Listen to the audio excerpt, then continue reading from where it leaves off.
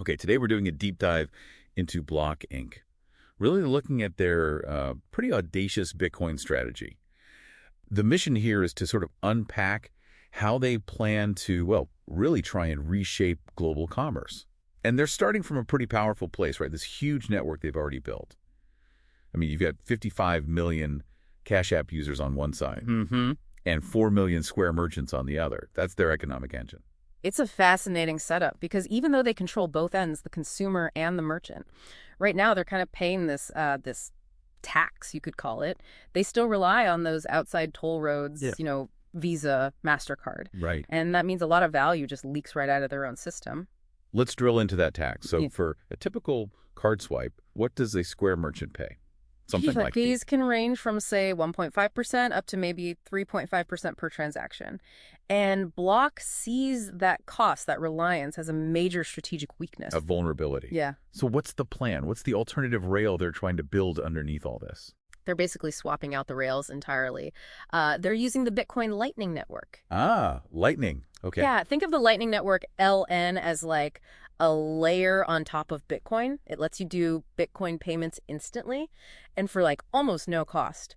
That's the proprietary payment rail they're building to cut out the traditional middlemen. And the hook, the economic incentive to switch, must be pretty strong. Oh, it's huge. To get people moving, Square is actually waiving all processing fees for Bitcoin payments until, 2026? Wow. Okay. 0 fees until 2026. Exactly. And then, after that initial period, the plan is just a simple, flat 1% fee. 1% flat.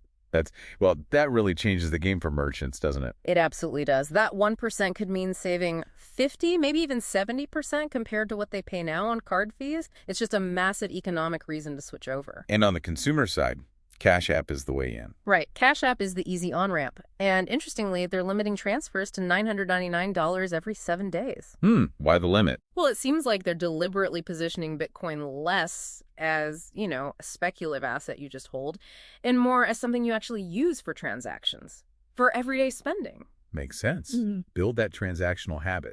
Okay, so that cost advantage is powerful. Yeah. But building on Lightning, isn't that still a huge technological bet for a public company? It is, and that's why Block isn't just using the tech. They're digging deep into the Bitcoin protocol itself, building things to make it more resilient. Like what? Well, take user security. That's where BitKey comes in. BitKey, right, the hardware wallet. Yeah, but it tackles that big fear people have with self-custody losing that complicated seed phrase, that list of words. Nightmare scenario. So BitKey uses this 2 of 3 multi-signature setup. You, the user, have 2 keys, one on your phone, one on the hardware device. Block holds a 3rd key. You need any 2 of those keys to approve a transaction. So if you lose your phone or the hardware, Block can help you recover your funds using their key and your remaining key. But crucially, Block can never move your funds on their own. They only have 1 key. Got it. So it makes self-custody feel safer, less intimidating. Exactly. Much more user-friendly. And their commitment goes even deeper, right? Down to the mining hardware itself with Proto. Yeah, Proto is Block's division that's actually designing and building ASIC mining hardware. The specialized chips that run the Bitcoin network. Why on earth get into manufacturing those? Seems like a different business entirely. It's all about de-risking their foundation. Think about it. The ASIC market today is incredibly centralized. Some reports say one company makes maybe 80% of all the mining chips. 80%? Wow, that's concentrated. Hugely concentrated. And that poses a real systemic risk to Bitcoin's network integrity. If that one supplier has issues, the whole network Block relies on could be affected. Precisely. So by building their own hardware, especially designing it to be resilient and maybe more modular, Block is essentially ensuring the stability of the very system their payment network depends on. They're helping decentralize the thing they need to survive.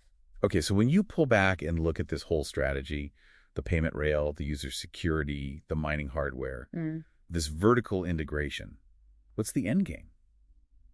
The source material we looked at draws an interesting comparison to John Bogle. Right, Bogle, the founder of Vanguard. The parallel is that Bogle democratized access to the existing financial system, right? He made investing cheap with index funds. Okay. Block's ambition seems different, more fundamental. They're trying to architect an entirely new monetary foundation using Bitcoin.